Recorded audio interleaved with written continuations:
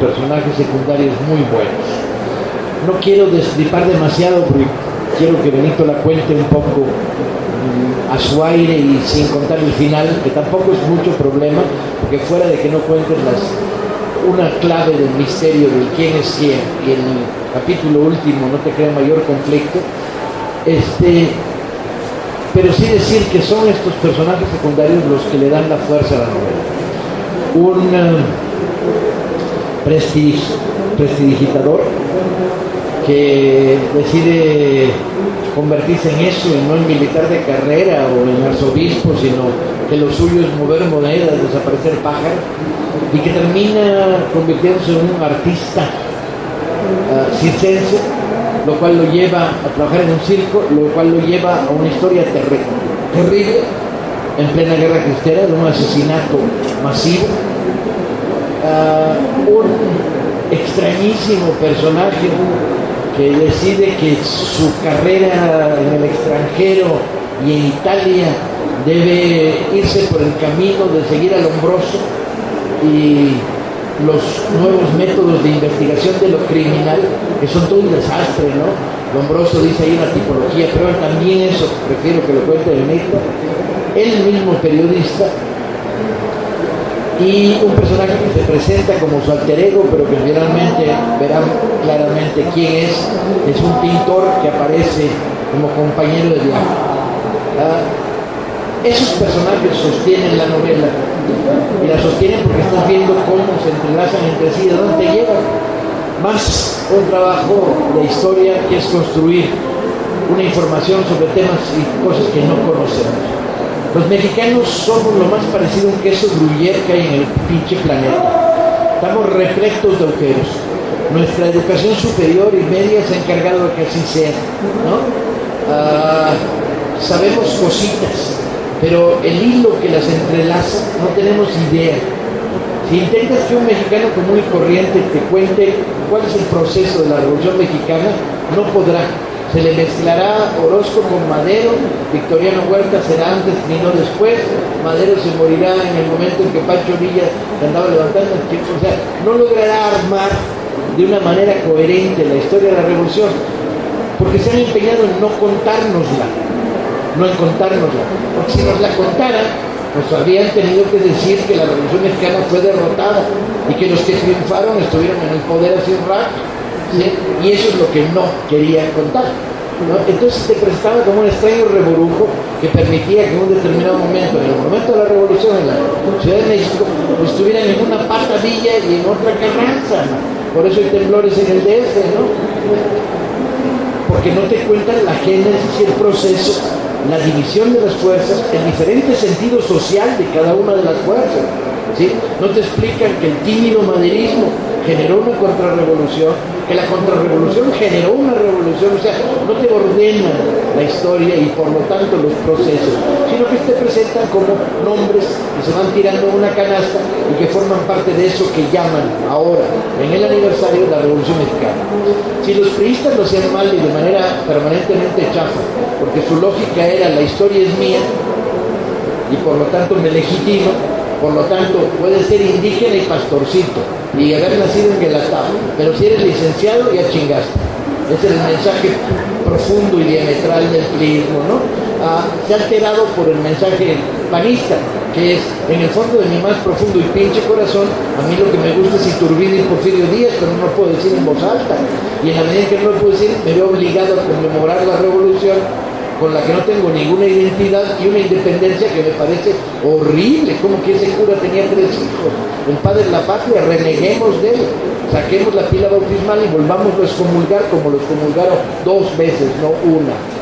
Bien, en esa medida la historia nos está siendo secuestrada. Mexicanos y mexicanas, una pinche goma de borrar gigantesca atenta contra nosotros. Como nos apendejemos, la goma va a pasar arriba y nosotros nos va a borrar también a nosotros, ¿sí? Ese es el sentido de la historia. Entonces, cuando Polvo entra en la historia y se atreve a decir que los cristeros cortaban orejas a los maestros de escuela, y se atreve a decir que bendecían a las bombas antes de tirarlas en los parques y en los jardines, ¿sí? Y eran bombas pías, y se atreve a entrar en las contradicciones muy ricas de un momento muy iluminador de la historia de México, y se atreve a ir sobre los personajes, y se atreve a contar la utopía de Acapulco, que es una de las utopías más bellas, el entrelazado que lo va a dar la historia, los personajes, ¿no? La novela de aventuras y la novela policial. Un elemento más quiero añadir, y dejo que Benito cuente su novela, que para eso vinimos y no para otra cosa. Hay algo diferente en la novela Polvo. Hay una de las prosas más brillantes que se están escribiendo en México. Benito viene de la poesía y se aprendió bien el mensaje. El mensaje es el poder del lenguaje, la inmensa fuerza de la palabra, el brillo de la metáfora, lo que tú llamas frases lapidarias, que muchas veces son sentencias poéticas o breves o largos descripciones.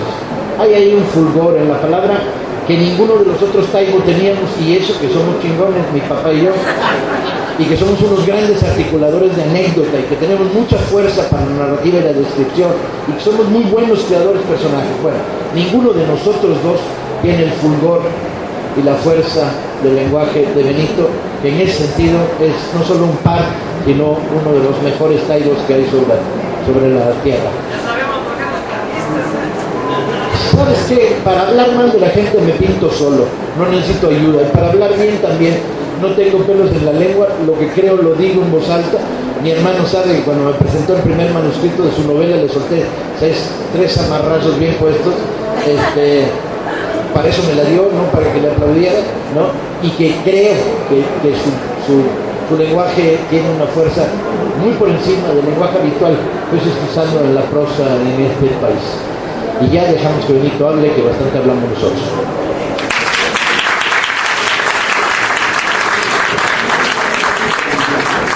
Mil gracias. No, generalmente somos bastante duros unos con otros, por eso, a ver, para presentar el libro del enemigo, mejor lo cuentas en otro lado, pues, a quien invitas a las presentaciones de libros es a tus amigos, si no, no tienen ningún sentido, ninguna lógica. Yo soy un lector y como lector me asumo, antes que ser otra cosa, soy un lector, y escribí Polvo con la lógica del lector, con la lógica del libro que a mí me hubiera gustado leer, de todos aquellos que he leído que me quedo de repente con la sensación de que les faltaba algo. Pues bueno, con esta lógica me puse a investigar y a escribir esta novela, que es una especie de ajuste de cuentas con algunos casos de nuestro pasado que no han acabado de ser completamente contados. Hoy el niño Fidencio, el fidencismo, 1927 en Espinazo, municipio de Mina, Nuevo León, que a mí al principio no me quedaba muy claro, y que gracias a mi amigo Héctor Jaime y a Paco Aguilar y algunos amigos de acá de Nuevo León, empecé a descubrirlo, al propio Felipe Montes, al cual conocí hoy. Yo no lo conocía, pero que su libro fue muy esclarecedor en muchos sentidos, que lo agradezco. Para entender el fenómeno de Fidencio y del fidencismo. ¿No se oye bien? No se oye bien. Claro. Sube el volumen, dale potencia. Ok, ¿así se oye mejor? Ok. Es mi mujer la que dijo que no se oye bien. Y le hago caso, como siempre. Que ya se me fue lo que estaba diciendo. Fidencio y el fidencismo, que me llamó mucho la atención en muchos sentidos. Todo Polvo surge de la pequeña nota encontrada en el Universal el 9 de febrero de 1928, que da cuenta que el día anterior, el 8 de febrero del 28, el tren presidencial El Olivo, con el presidente, el jefe máximo de la nación, Plutarco Elías Calles, el Diablo Calles, el Turco Calles, que para entonces llevaba todavía a cuestas más de 150.000 muertos en esta Guerra Santa, en la Guerra Santa más alucinante de todos los tiempos, porque es la única Guerra Santa en que los dos contendientes creían en el mismo Dios. Solo en México puede pasar algo así.